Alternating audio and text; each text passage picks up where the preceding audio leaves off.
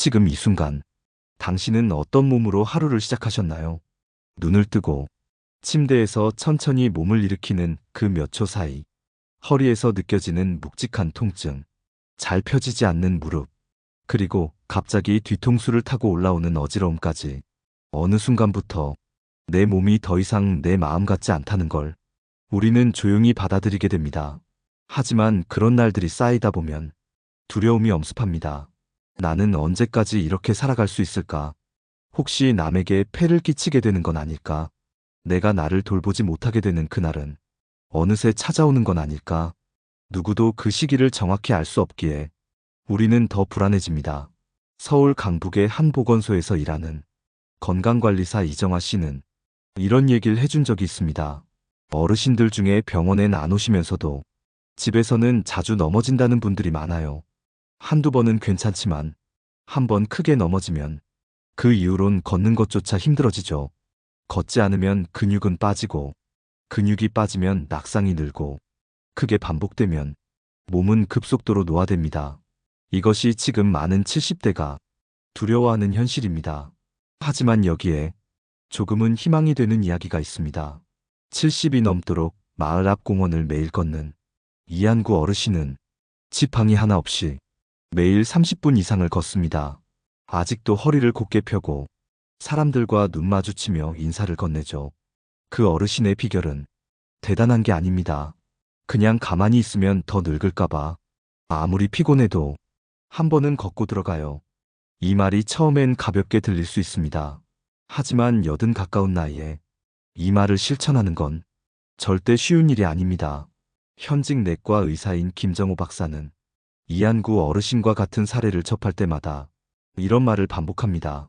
나이가 들수록 건강의 핵심은 근육과 움직임입니다.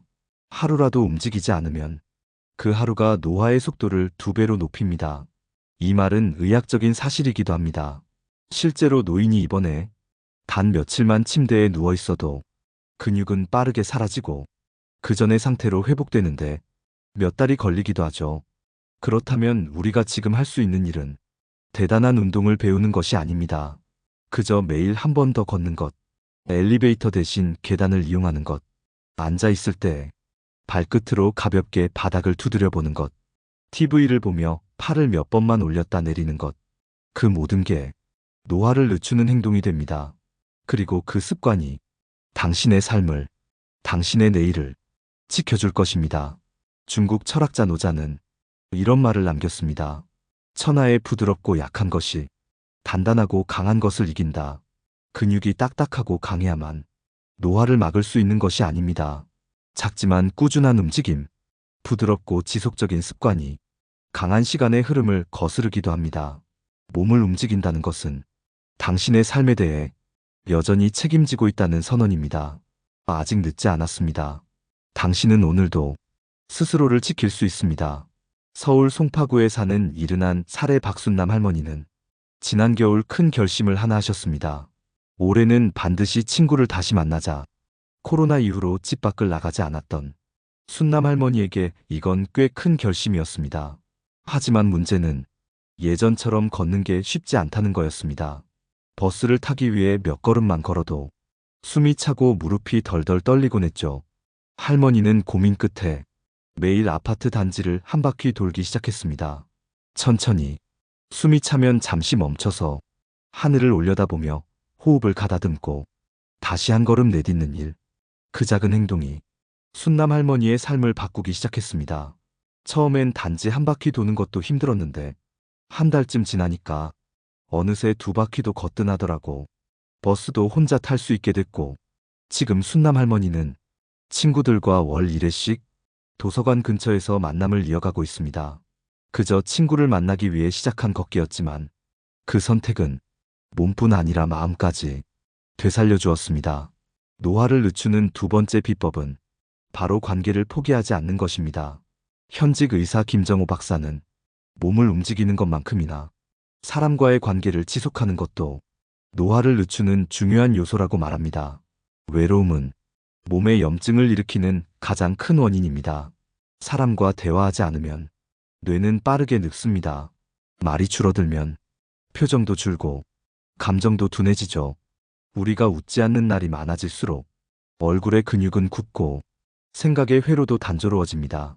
혼자 밥을 먹고, 혼자 TV를 보고, 혼자 침대에 누워 하루를 보내는 일이 반복될수록 뇌는 점점 다치기 시작합니다.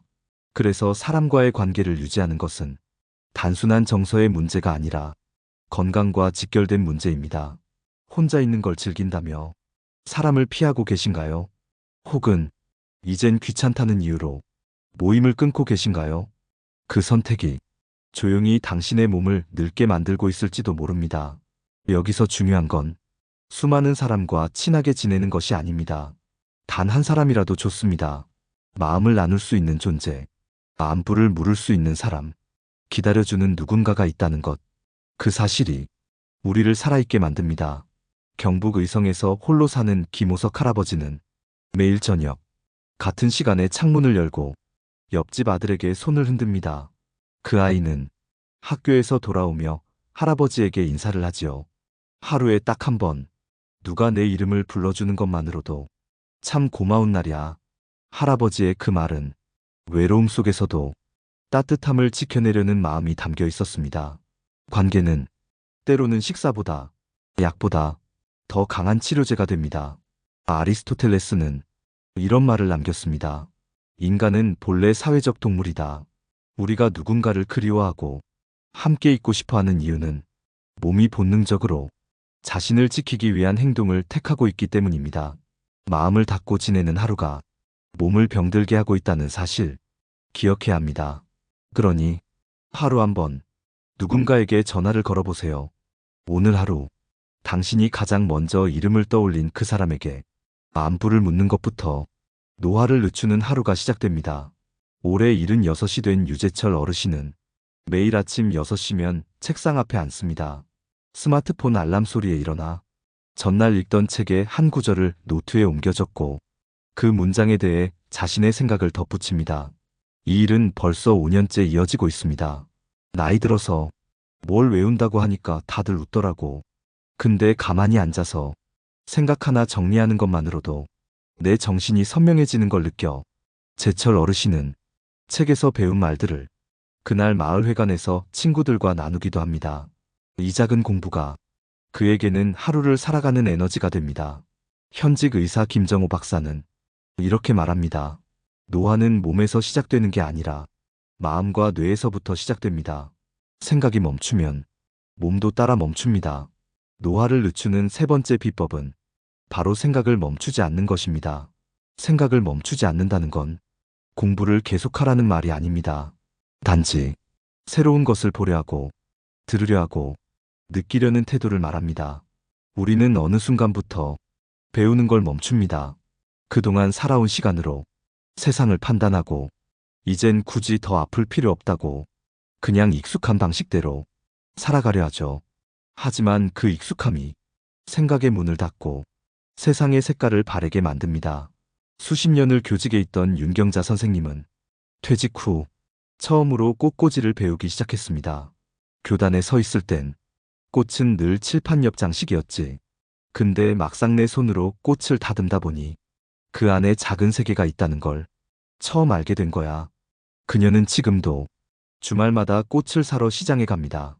새로운 꽃을 보면 이름을 적어두고 도감에서 찾아보는 걸 하루의 즐거움으로 삼습니다.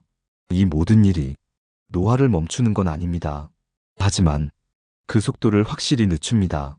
배움은 뇌를 자극합니다. 낯선 정보는 신경세포를 움직이게 만들고 그 자극은 오랫동안 멈춰있던 생각의 회로를 다시 흐르게 하죠. 책이 아니어도 좋습니다. 꽃도 좋고 요리도 좋고 영화를 보며 대사 하나를 따라 적는 것도 충분한 자극이 됩니다. 무엇이든 익숙한 삶에 작은 틈을 내는 것, 그게 생각을 멈추지 않는 삶입니다. 철학자 칸트는 이런 말을 남겼습니다.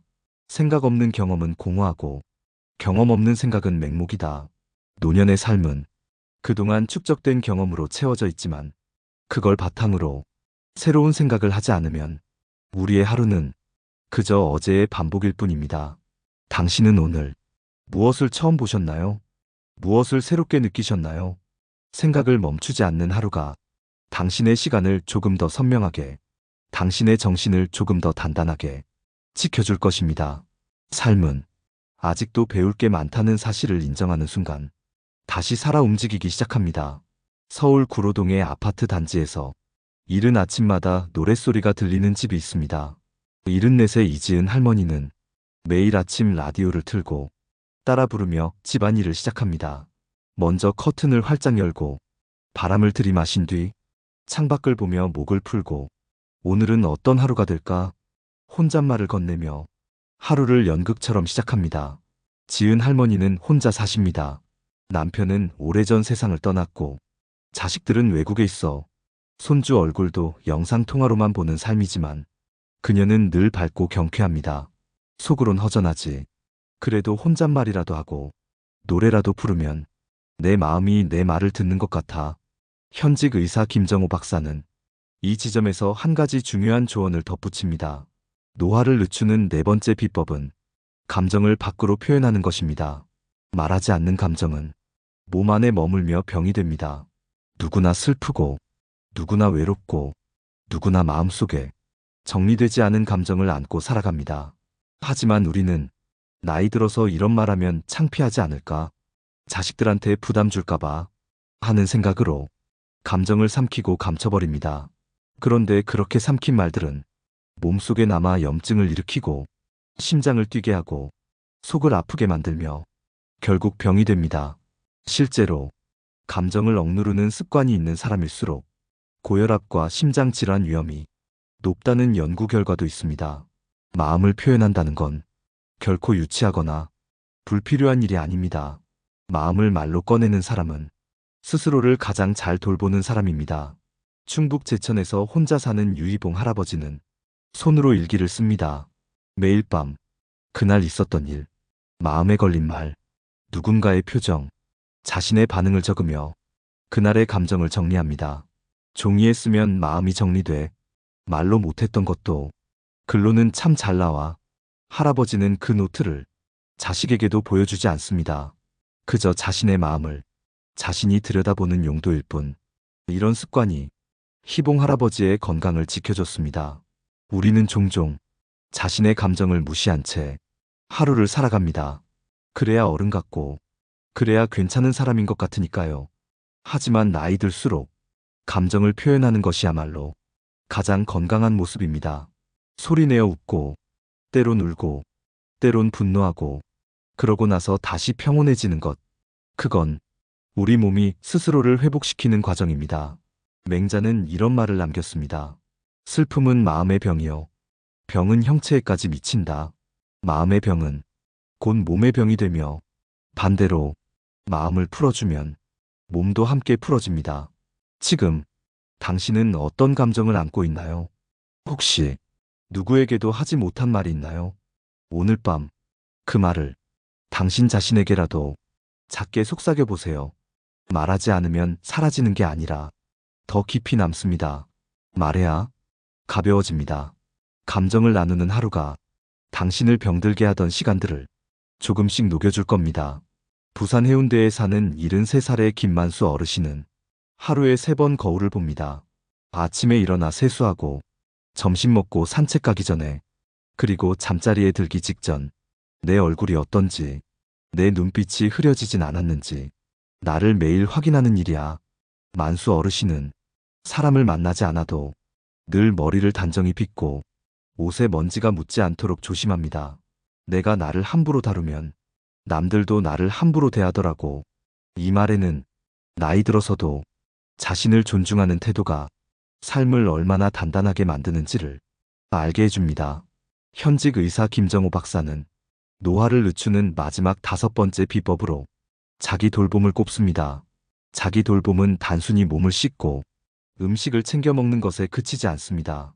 스스로를 소중하게 여기는 내면의 태도에서 시작됩니다. 그런 태도는 하루의 사소한 습관에서 드러납니다. 늦은 밤까지 TV를 보며 허리도 펴지 않고 눕는 대신 스스로에게 오늘도 잘 견뎠다 한마디를 건네며 따뜻한 물수건으로 얼굴을 닦아주는 일. 아침에 대충 챙겨 입는 옷 대신 창문을 열고 바람을 들이며 입고 싶은 옷을 골라보는 일, 혼자 먹는 밥상에도 반찬 하나 더 담으며 식탁 위를 정갈하게 차려보는 일. 이 모든 사소한 행동이 몸의 긴장을 풀어주고 뇌에 안정감을 줍니다. 심리학에서는 이런 습관을 자기 효능감의 회복이라고도 부릅니다.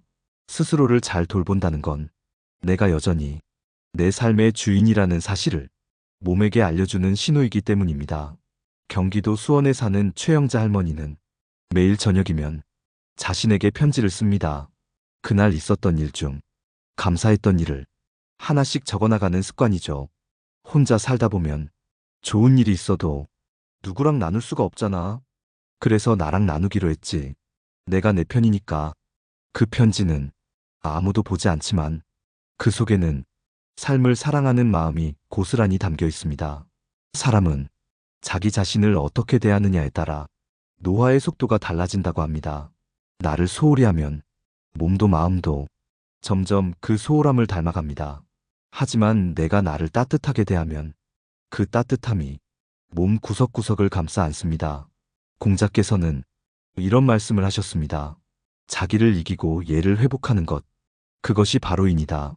인이라는 건 타인에게만 베푸는 것이 아니라 스스로에게도 베풀 줄 아는 마음의 태도입니다. 지금 당신은 하루를 어떻게 마무리하고 있나요?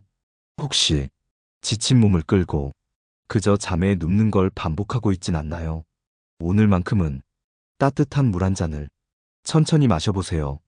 거울 속의 나를 바라보며 수고했다는 한마디를 건네보세요. 그 작은 행동 하나가 내일 아침을 조금 더 가볍게 만들고 당신의 노화를 한 발자국 뒤로 물러나게 해줄 겁니다. 서울 성동구의 작은 카페에서 여든을 바라보는 노부부가 매주 수요일마다 조용히 마주 앉습니다.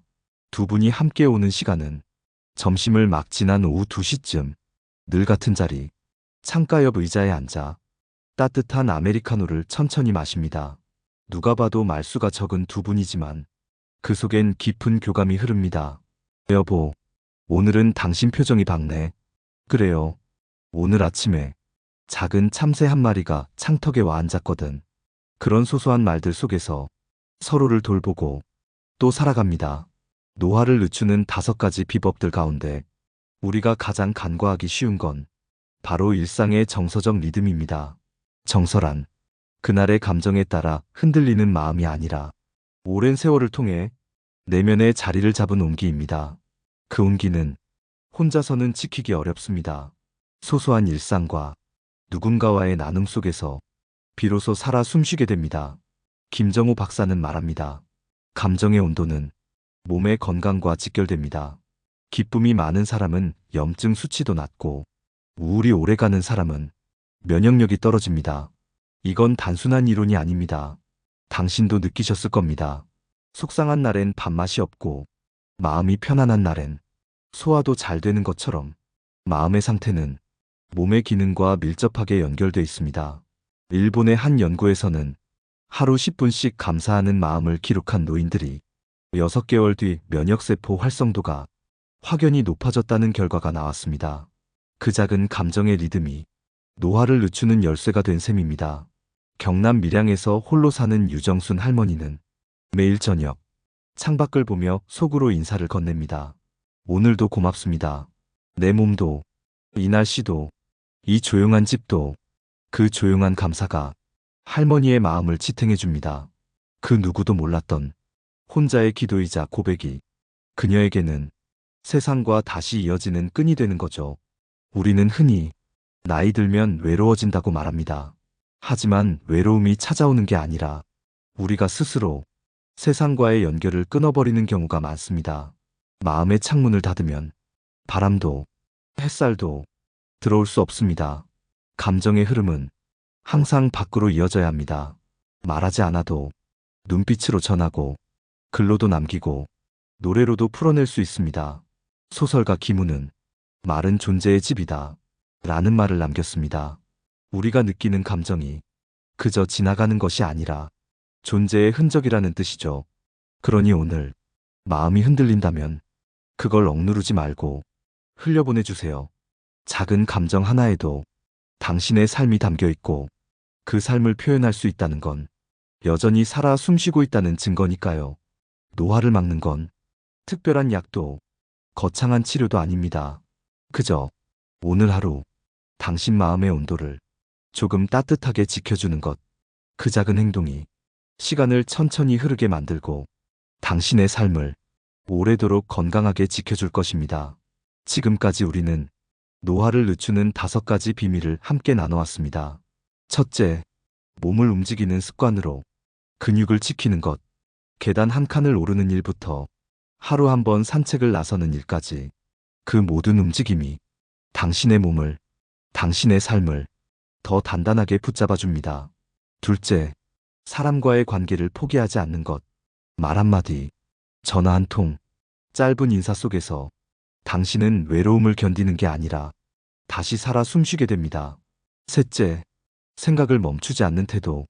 책 한 줄을 읽고 꽃 하나의 이름을 외우며 세상을 향해 마음을 열어가는 그 길이 당신의 뇌를, 당신의 내일을 지켜주는 힘이 됩니다.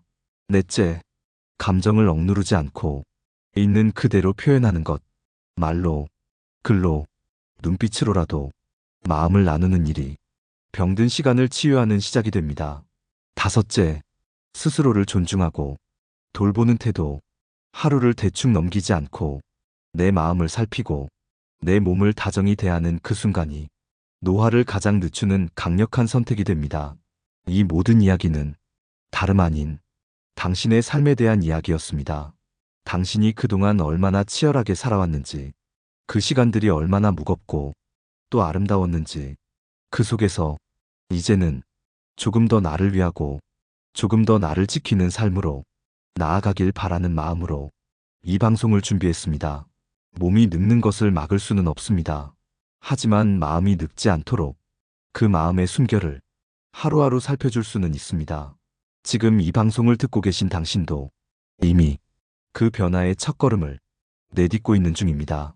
당신은 여전히 자기 삶을 소중히 여기고 있고 지금 이 순간 더 나은 하루를 살고 싶다는 간절한 마음으로 귀 기울이고 있으니까요. 우리는 모두 같은 방향을 향해 늙어가지만 그 속도는 선택할 수 있습니다. 그리고 그 선택은 오늘 이 순간부터 시작됩니다. 마음속에 가장 오래 남는 말은 늘 단순합니다. 내가 나를 어떻게 대하느냐가 남은 인생의 모든 풍경을 바꾼다는 것. 이 진실 앞에서 우리는 더 이상 늙는 게 두렵지 않게 됩니다. 이 방송을 듣고 마음 한켠이 조금 따뜻해졌다면 댓글로 당신만의 하루 습관을 공유해 주세요. 혹은 당신이 오늘 처음으로 해본 새로운 시도를 알려주세요. 작은 이야기가 모여 이 방송을 듣는 모두의 내일을 조금 더 건강하게 만들 수 있습니다. 좋아요와 구독은 당신의 공감이 닿았다는 따뜻한 신호로 저희에게 전해집니다. 다음 시간에는 또 다른 방식으로 당신의 삶을 지켜주는 이야기 준비해 보겠습니다. 당신이 오늘도 자기 자신을 따뜻하게 안아주는 하루이길 바랍니다. 지금까지 함께 해주셔서 정말 고맙습니다. 지금까지 커피 한 잔이었습니다.